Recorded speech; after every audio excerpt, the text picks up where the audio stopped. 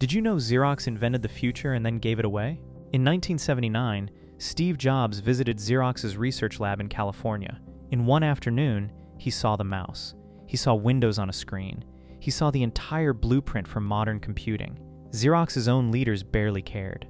They thought it was a science project. Jobs went home and built a company worth $3 trillion. Xerox eventually went bankrupt. The lesson?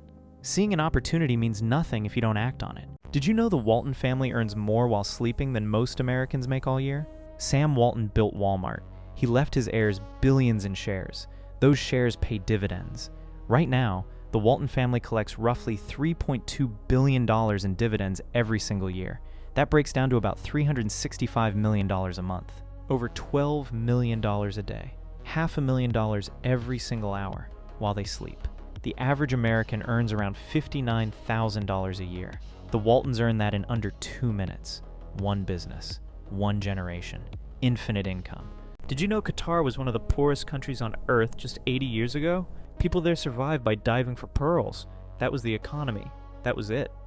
Then in 1971, massive natural gas reserves were discovered offshore. Within a single lifetime, Qatar went from subsistence living to the highest GDP per capita on the planet. No habits changed, no hustle culture, no generational discipline, just the right gas sitting under the right patch of ocean.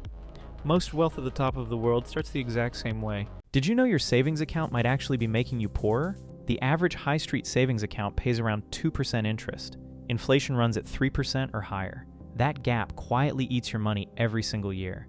On $10,000, you lose around $100 in real value. Every year, just sitting there. Most people think doing nothing with money is safe, but safe is the riskiest move you can make. Keeping money still is a choice to slowly get poorer. Did you know the richest man in American history had grandchildren who died broke?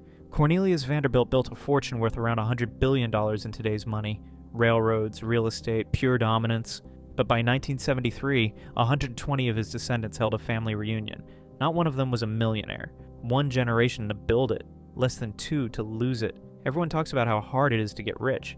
Nobody talks about how easy it is to lose it all. Did you know Pablo Escobar once burned $2 million in cash just to keep his daughter warm? He was hiding in the mountains of Colombia. It was cold, so he lit a fire using stacks of $100 bills. $2 million. Gone overnight. Just to survive one night. That is not power. That is what happens when money stops meaning anything at all. When you have so much that burning it feels like nothing, you have crossed into a different reality entirely. Did you know one company created almost every tech giant you use today? In 2002, eBay bought PayPal for $1.5 billion. A small group of engineers walked away with life-changing money. Then they went and built Tesla, SpaceX, LinkedIn, YouTube, and Palantir.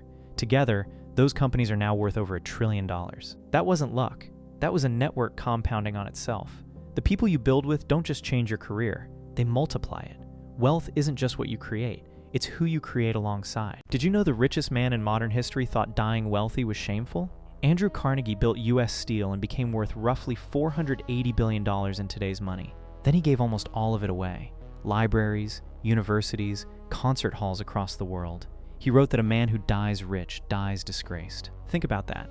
The person with more money than anyone concluded that keeping it was the real failure. Wealth was never the finish line for him.